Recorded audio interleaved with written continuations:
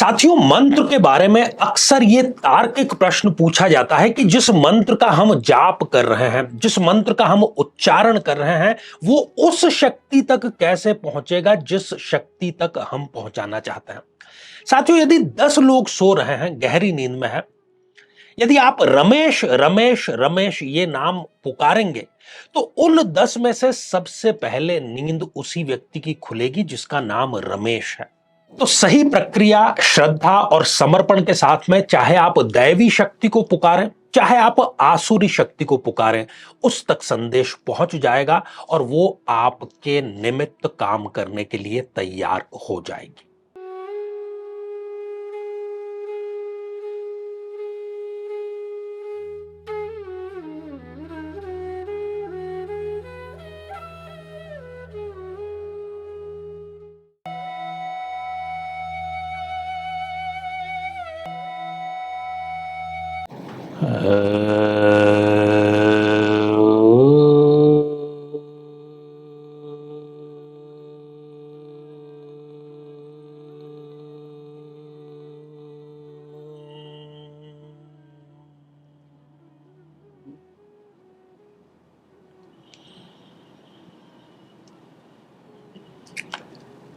तो मेरे बहुत ही प्रिय और बेहद सम्मानित साथियों, हृदय की असीम गहराइयों से अभिनंदन, बहुत बहुत हार्दिक स्वागत है। साथियों, हमारा जो तार्किक मन है, हमारा जो वैज्ञानिक मन है, हमारा जो लोक जीवन में रचा बसा मन है, और कई बार इसको हम अगर कुतार्किक मन कह दें तो भी गलत नहीं होगा। तो ये जो इस प्रकार का हमारा मन है, ये कई बार अश्रद्धा उपस्थित कर देता है मंत्र के प्रति कि ये मंत्र आखिर है क्या है, तो इसके द्वारा क्या क्या किया जा सकता है, और क्या क्या यदि किया जा सकता है तो इसके इस क्या क्या करने की प्रक्रिया क्या है। तो इस एपिसोड में हम इन्हीं तीनों महत्वपूर्ण प्रश्नों के जो उत्तर हैं, बहुत सरल ढंग से इसको हम जानने का प्रयास करेंगे। साथियों, सबसे पहले हम बात करेंगे कि व्हाट इज मंत्रा। आखिर जो मंत्र है वो क्या है। इसके 3-4 अर्थ जो कि महत्वपूर्ण है वो हमें जानने चाहिए किसी मंत्र को समझने से पहले। बेसिकली हम इसके अगर टर्मिनोलॉजिकल पॉइंट ऑफ व्यू से देखें, ग्रामेटिकल पॉइंट ऑफ व्यू से देखें, तो कुछ अक्षरों, कुछ वर्णों का जो संग्रह है, कलेक्शन जो है, उसको हम मंत्र कहते हैं। कुछ ध्वनियों का जो संग्रह है उसको हम मंत्र कह देते हैं। जैसे कि ओम नमः शिवाय, इसमें जो ये 5 अक्षर हैं, तो ये अक्षर एक साथ में आ गए तो हम इसको कहेंगे कि ये शिव का पंचाक्षरी मंत्र है। इसमें ध्वनियां हैं, स्वरों की इसमें महत्ता होती है। इससे पहले के एपिसोड में बहुत संक्षेप में हमने चर्चा की थी कि जो देवता है, जो हमारे आराध्य हैं, दैव शक्तियां हैं, या उसके विपरीत जो आसुरी शक्तियां हैं, यंत्र जो होता है वो उनका शरीर होता है, और मंत्र जो है वो उस देवता की आत्मा होती है, उसका सूक्ष्म शरीर होता है। आप इस मंत्र शब्द को यदि मंत्र के पूर्व में आ लगा देते हैं और अंत में ण लगा देते हैं तो शब्द क्या बन जाता है? आमंत्रण। आमंत्रण मतलब इनविटेशन। हम किसी को बुलाते हैं, हमारे घर में कोई त्योहार होता है, किसी प्रकार का कोई मांगलिक आयोजन होता है, तो हम आमंत्रण करते हैं ना, ताकि हम उसको बुलाने का कार्य करते हैं। तो मंत्र ठीक वैसा ही कार्य करते हैं साथियों।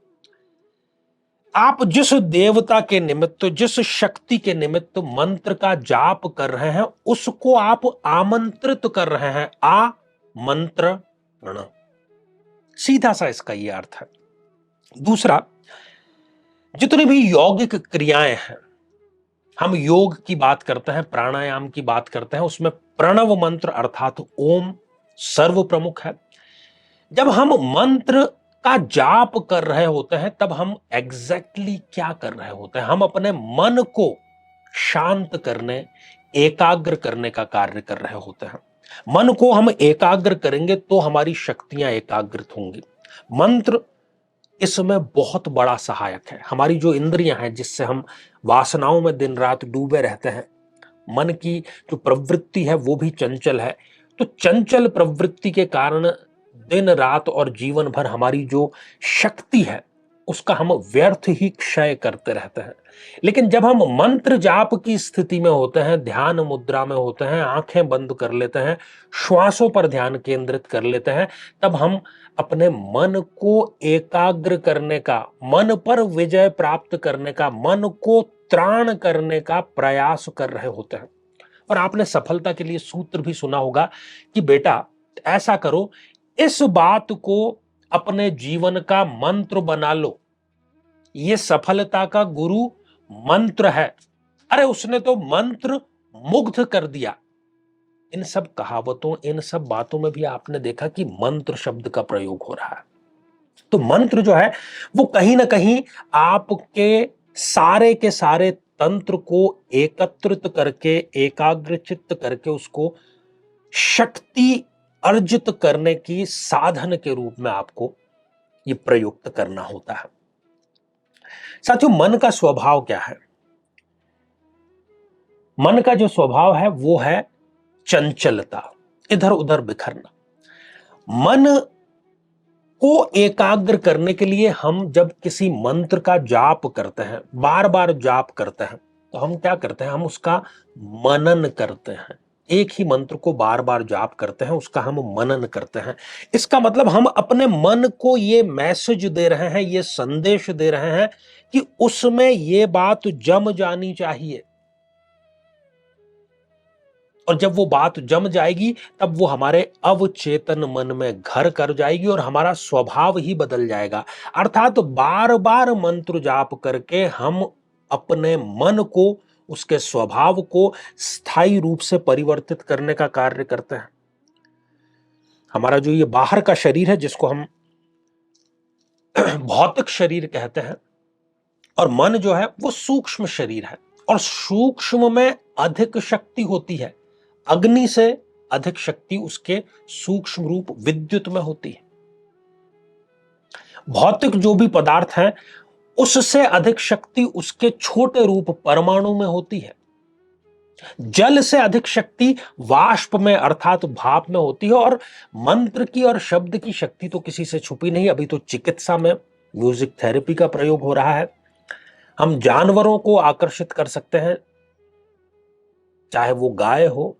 जब भगवान श्री कृष्ण अपनी बांसुरी बजाते थे तो तमाम जितने भी प्रकार के पशु पक्षी थे वो मंत्र मुग्ध होकर के उनके आसपास आ जाते थे। कहते हैं कि जब तानसेन मेघ मल्हार गाते थे तो वो वर्षा को आमंत्रित करते थे। जब राग दीपक गाते थे तो इतना टेम्परेचर बढ़ जाता था, दीप जो है वो स्वतः ही प्रज्वलित हो जाते थे। तो कहीं से भी इस शक्ति के संशय का, किसी प्रकार की शंका का तो कोई विषय उत्पन्न होता ही नहीं। अब ये आपके ऊपर है, ये प्रक्रिया कार्य कैसे करती है। कहते हैं कि जब हम बोलते हैं तो हमारी जो ध्वनि है, जो शब्द है, उसको ट्रेवल करने के लिए कोई वायु चाहिए जिस पर सवार होकर के वो चलती है, क्योंकि वैक्यूम में शब्द ट्रेवल नहीं कर सकता। मान लीजिए कि 10 लोग सो रहे हैं, सब गहरी निद्रा में है। अब आप रमेश रमेश रमेश इस शब्द का उच्चारण करेंगे। अगर उन 10 में से जिस किसी का नाम रमेश है, बहुत स्वाभाविक सी बात है कि सबसे पहले वही जागेगा, क्योंकि उसको आपने बुलाया है, उसका नाम आप ले रहे हो सकता है दूसरे के भी नींद में थोड़ी सी खलल हो, लेकिन जागेगा वही जिसका नाम रमेश है। मंत्र ठीक वैसे ही कार्य करता है। मान लीजिए कि एक परीक्षा हॉल है जिसमें परीक्षा चल रही है। उसमें कोई इतिहास की परीक्षा दे रहा है, कोई भौतिक शास्त्र की परीक्षा दे रहा है, कोई राजनीति विज्ञान की परीक्षा दे रहा है। हर एक बच्चे के पास में अलग अलग प्रश्न पत्र है। अब इतिहास की जो परीक्षा दे रहा है उसके एक प्रश्न है कि ताजमहल का निर्माण किसने करवाया था, या ताजमहल का निर्माण किसके शासन काल में हुआ था। उसको उसका उत्तर नहीं पता है। आप उस कमरे में जाकर के यदि ये कहते हैं, उच्चारित करते हैं, जोर से कहते हैं कि ताजमहल का निर्माण शाहजहां के शासनकाल में हुआ था, या ताजमहल का निर्माण शाहजहां ने करवाया था, उस परीक्षा हॉल में किसके काम का है वो? सिर्फ उसी व्यक्ति के काम का है ना जो इतिहास की परीक्षा दे रहा है। बाकी जो भौतिक शास्त्र की दे रहा है, पॉलिटिकल साइंस की, फिजिक्स, केमिस्ट्री, उसको कोई मतलब नहीं है। तो आप जो उच्चारित करते हैं, आप जो बोलते हैं, वो जिसके काम का है उस तक वो पहुंच जाता है। साथियों, जब हम पंच तत्वों की बात करते हैं, उसमें सबसे सूक्ष्म तत्व होता है आकाश, और उसमें एक्टिवली हम ईथर तत्व की बात करते हैं। शब्द से वाइब्रेशन उत्पन्न होता है। हम जब शब्द का उच्चारण भी कर रहे हैं तो हमारे श्वसन तंत्र में भी एक कंपन हो रहा है। जब आप वीणा बजाते हैं तो वीणा के तार भी झनकृत होते हैं, कंपन होता है। वैसे ही जब आप शब्द का उच्चारण करते हैं, शब्द को ब्रह्म कहा गया है, कभी वो समाप्त नहीं होता, अंतरिक्ष में वो उसकी यात्रा निरंतर चलती रहती है। तो शब्द में कंपन होता है और वो आपके मुख से निकलकर अंतरिक्ष की, विश्व की यात्रा पर चल पड़ता है।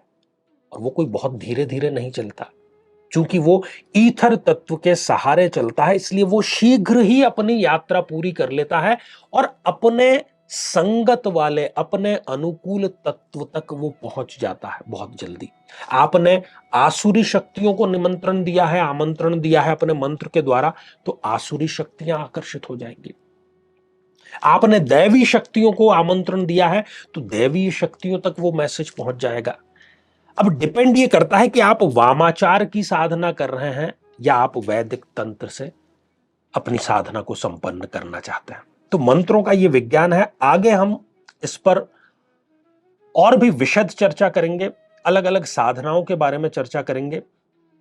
तो यदि आप इसमें इंटरेस्ट रखते हैं, आपका इसमें रुचि है, तो आप जरूर इसमें बने रहिए। और आने वाले समय में और बहुत ही शीघ्र हम विभिन्न साधनाओं को लेकर के जितने भी सहज और सरल तरीके होते हैं उसमें लोगों को पारंगत करने के लिए इस प्रकार की हम कक्षाओं का भी ऑनलाइन या ऑफलाइन जो है वो आयोजन बहुत शीघ्र ही करने जा रहे हैं। यदि आप उसमें इंटरेस्टेड हैं तो जरूर आप संपर्क करिएगा, ताकि आप अपने जीवन को सार्थक बना सकें, इस सृष्टि को जान सकें, स्वयं को जान सकें, अपने मन को, आत्मा को जान सकें और वो सब कर सकें जो कि अभी आपको केवल कल्पना लग रहा है, जो कि अभी आपको असंभव लग रहा है।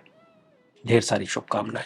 तो साथियों, इसी मंगल कामना के साथ में कि आप सभी स्वस्थ, समृद्ध और शांतिपूर्वक जीवन व्यतीत करें। नमस्कार।